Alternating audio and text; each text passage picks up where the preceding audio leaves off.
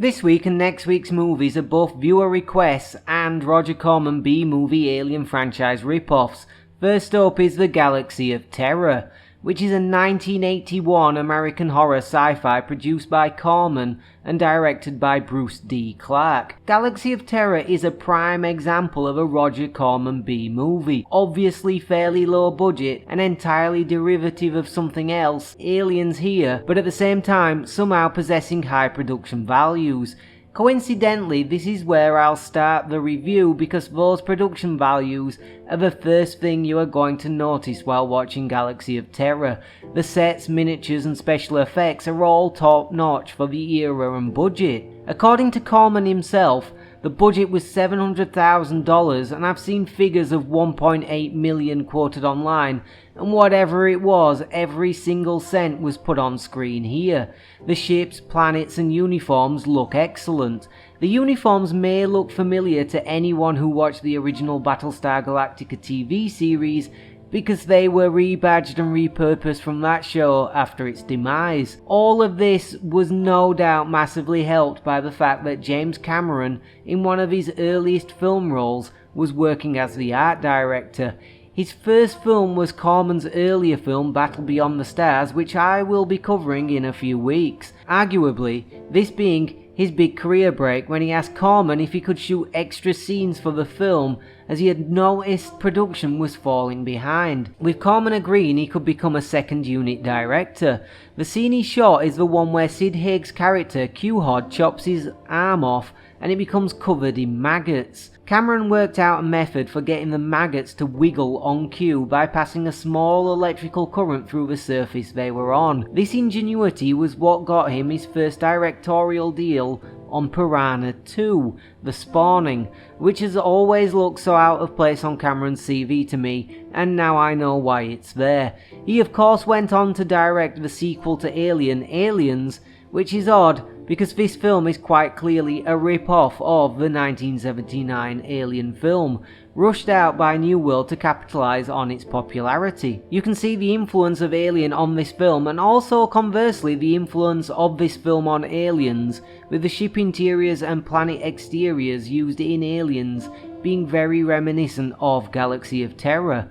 I couldn't help but thinking whilst rewatching this movie, I wish modern low-budget movies put as much care into the sets and backgrounds, rather than just relying on green screens. With compositing and editing now being so much easier than in the past, you'd think filmmakers would be able to take advantage of the new technology and create some wonderful sets fairly cheaply.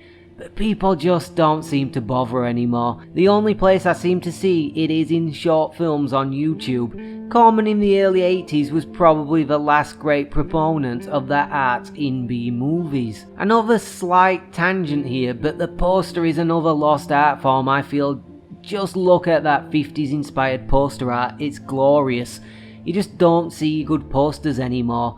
They are either entirely uniformly boring, or look like a small child fell headfirst onto a keyboard whilst using Photoshop, and therefore offensive to my eyes. But I digress, this could be an entire video unto itself. Let me know in the comments if you want to see that. Moving on to the plot, it's a thinly disguised excuse for people to die horrible and gruesome deaths at the hands of aliens.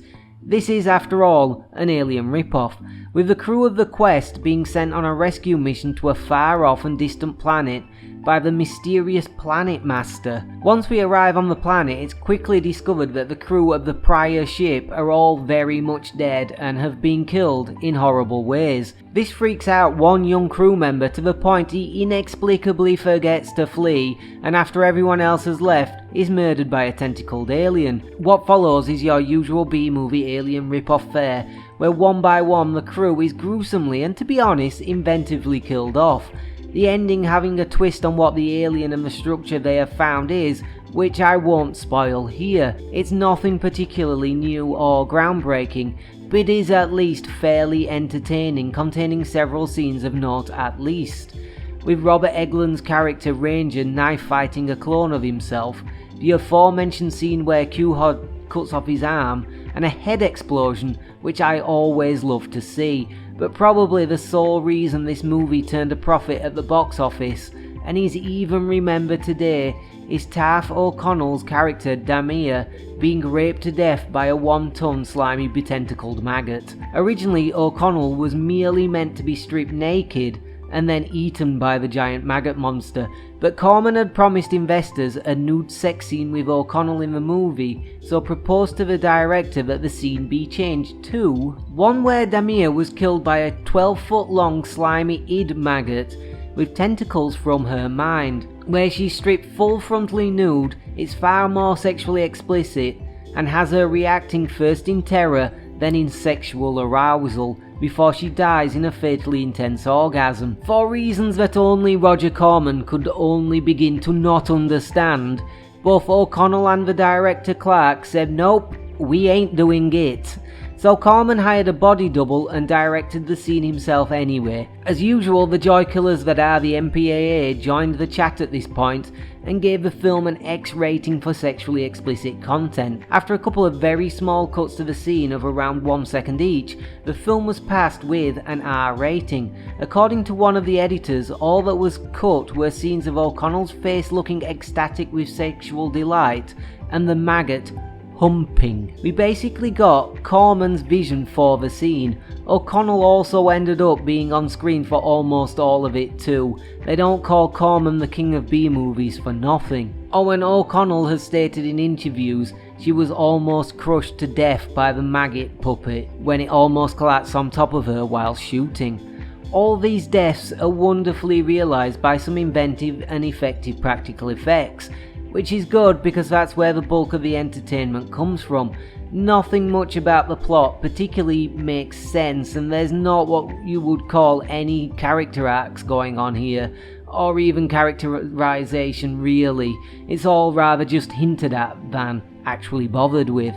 But none of that really matters because this is entertaining as all hell if you just want to sit back and not think about anything for 81 minutes. So that was Galaxy of Terror.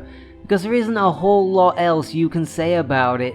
It is what it is, an entirely entertaining, self-aware, cheesy, alien-sploitation film by Roger Corman, with a recognisable cast of 80s B-movie actors who do a perfectly fine job of acting out the cheesy madness required of them, with some super high production values for the low budget it had.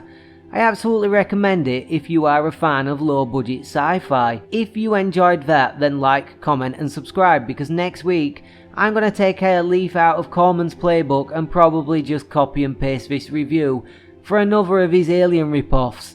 It's The Forbidden World.